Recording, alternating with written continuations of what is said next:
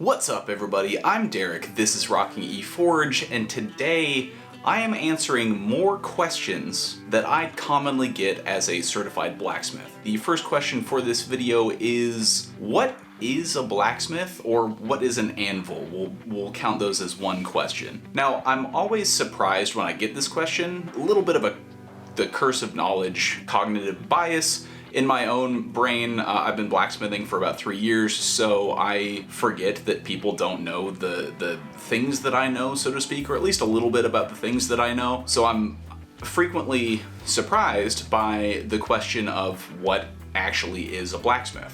Blacksmith as a term has actually changed throughout history, depending on who you talk to, and I haven't done a ton of research into it, but a blacksmith used to strictly be known as someone who worked with iron. There were various other words to describe people who worked on different metals. Obviously, silversmiths are still in this category and still exist, goldsmiths, etc. And then there were also whitesmiths, who were the second stage of metal workers, so to speak, taking pieces from the iron workers or the blacksmiths and filing them, burnishing them, polishing them, and bringing them to that final fit and finish, etc. In today's day and age, we tend to lump, at the very least, blacksmith and whitesmith into one term, and kind of anyone who works with any kind of metal, with the exception of perhaps gold and silver, tends to be colloquially known as a blacksmith today. Now, an anvil is a large piece of cast iron, cast steel, or forged iron or forged steel with typically a flat or nearly flat surface or face that is used to strike a piece of steel on in order to get the shape you want out of it by striking it with a hammer. And that goes into kind of part two of what a blacksmith is, for that matter, in that there are many people who do things like casting or cold forming steel, and typically, at least my definition of a blacksmith is someone who heats steel using a forge and then hammers that steel into the desired shape. Maybe that is a bit of a strict definition. The actual definition of a blacksmith would range from person to person that you might ask, but that is my definition. Now, the next question that I frequently get is, how many knives or swords have you made by hand? Now, I am not by trade a knife maker or a bladesmith. I have dabbled in bladesmithing and made a few knives myself. I also have a number of knives in my tool chest that are unfinished, which is common occurrence for blacksmiths, let's say, of always having a project that is never getting done. But I have made to completion, I think, 6 knives, and I will show either pictures or physical representations of them here right now. Now, I showed it in the previous questions video, but this is the first knife I ever made, and I didn't forge this knife. I actually made it by a process called stock removal, which is just grinding the general shape and the bevel out of a previously existing piece of steel. This was made from a bar of 5160 flat stock, pretty decent large knife steel. It's just a simple camp knife. Pretty rough, all things considered, but I have used it to hack firewood and different stuff like that. It's held up fairly well. I put a fairly nice, with the help of the smith I was working with, a fairly nice appleseed edge on the blade, and regardless of the very simplistic design and doing it by stock removal only, I am very proud of this knife. The second knife I made doesn't seem to be available. It is aptly named Sir Not Appearing in This Film, and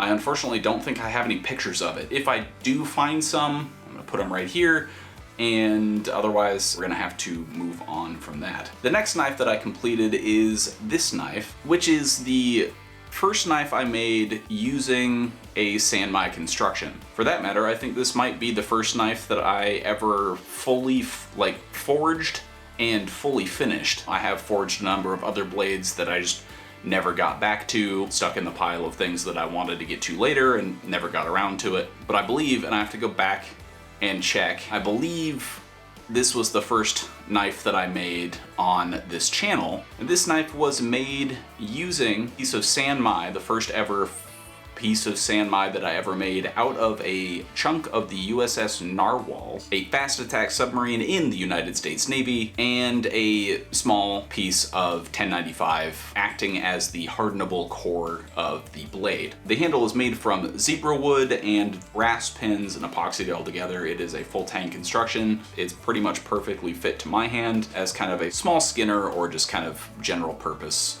knife. I use it frequently to cut open boxes, which is why it is a little covered in tape. And the next knife I made, I don't have with me, but here's a picture of it, is a blade that I forged for the Forged in Duck Sauce knife making competition on TikTok in support of the Pediatric Cancer Foundation.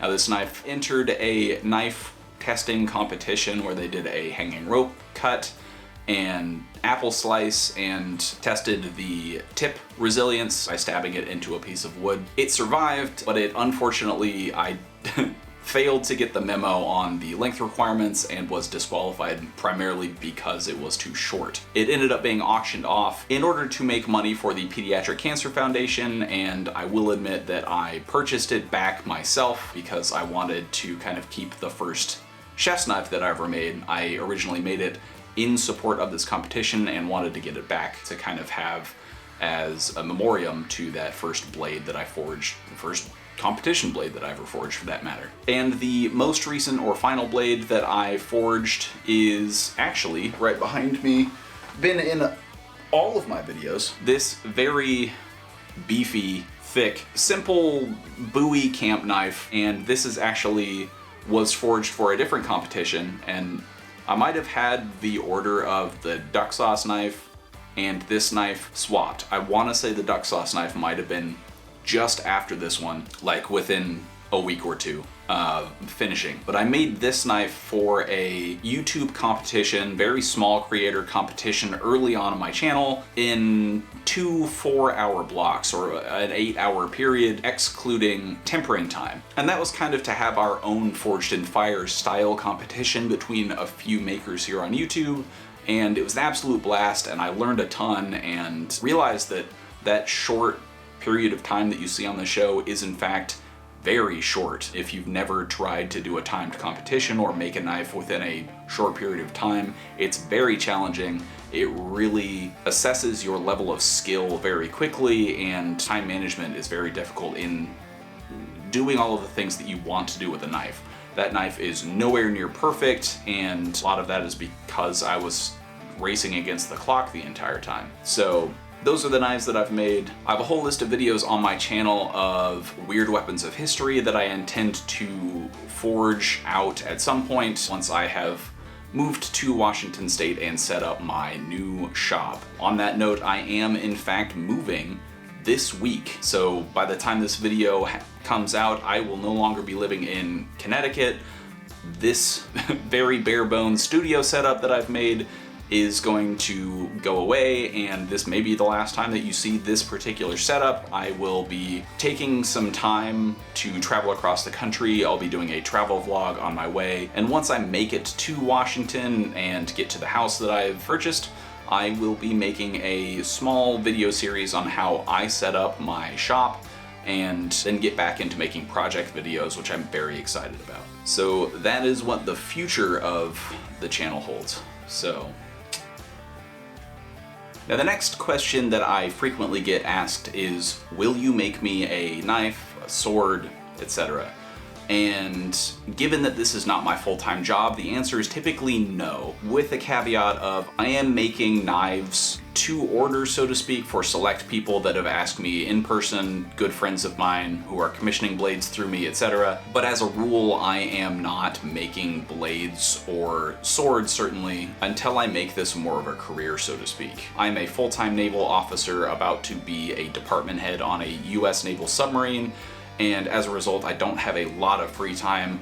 I may even have to start limiting the number of videos that I post just based on not having enough time to produce them or to make a new project for a video, so I'm going to start pre-filming a lot of things, but the nature of my job dictates that I don't have a lot of time to make blades especially. It is a fairly time-intensive process, and in order to keep the channel going, keep filming videos and making projects to post, etc., I have put the knife making part of my hobby on the back burner, so to speak, and will not be making knives until I have a bit more free time and probably have started a business and set up an actual website and a way to order them in the not distant future, but certainly not near future. And that will be something that I will announce on this channel if and when it ever comes to pass. Now, another question that I frequently get asked is, what is your favorite thing to forge? Now, I mentioned in the previous video that I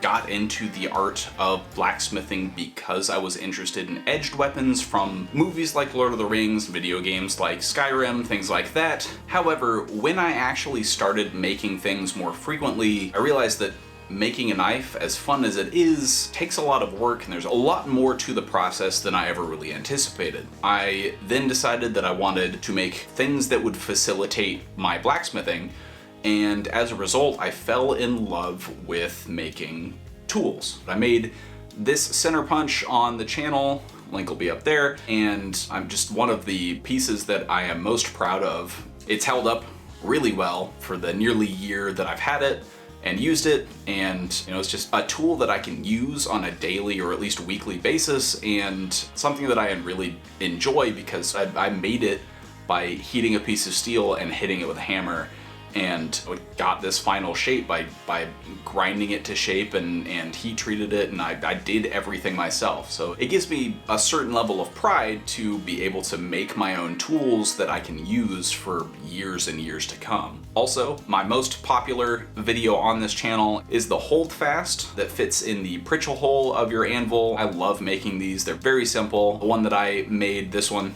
for that video, I made out of a U-bolt. However, I've made them out of pieces of 1/2-inch rebar or just simple 1/2-inch round stock, but I love the design and the shape and just the functionality of this tool in particular. I use this almost every time I go to the shop just to hold down things that I am punching and chiseling and touch marking and everything. But in all, my favorite thing to forge are tools, because blades are amazing and a lot of fun. They take a lot more work to make them beautiful and functional when you don't always have to have that perfect polish or shine on a tool to make it beautiful. I love a forged finish, and I use beeswax to coat the surface of a lot of my tools in order to keep it from rusting primarily, but also to give it a bit more of a dark, nice finish to it. And it just doesn't have the same time commitment required. I'm still making things that are beautiful and artistic and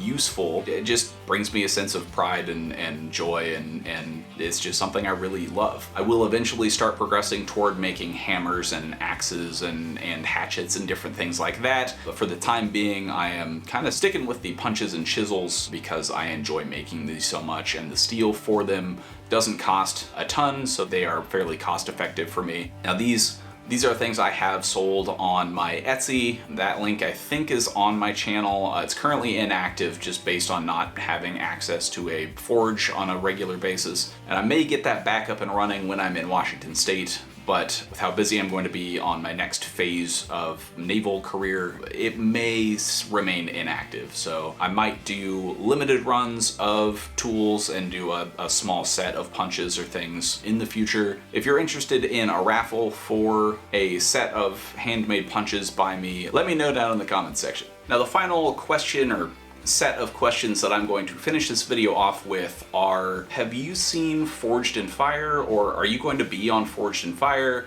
or some variation of those questions? The answer to that question is yes. I have seen nearly episode of Forged in Fire. It's a fairly hot button show or topic for members of the blacksmithing community. I enjoy it. There's a lot of people out there that, rightfully so, say that the show doesn't always get things just right. They don't show tempering cycles. They don't show a lot of the actual physical processes. The show, by nature of being a television show, needs to do a lot of editing and dynamic cuts and things that, unless you're doing a dedicated video about how to blacksmith, you don't really get the same level of detail out of. And for me, it's good entertainment, and I like to see the level of quality that each smith can produce. The difficulty cannot be understated of that timed competition, and that show unfortunately gives many people the misconception that it doesn't take a lot of time. But in order to make things perfect for a customer, you really need to take a long time and have a really good, keen attention to detail. So that is the complaint from a lot of bladesmiths and knife makers about Forged in Fire. I still find it very enjoyable to watch, but in the near-term future, based on my performance with that knife, I don't intend to be on the show anytime soon. Okay, that's gonna do it for today's video. If you enjoyed this video, please drop a like, leave a comment, hit subscribe, ring that notification bell. If you want to support me and the channel further, please consider becoming an honorary striker on my Patreon. That link is in the description below the video. Or consider becoming a member on my YouTube channel. And as always, keep on rocking.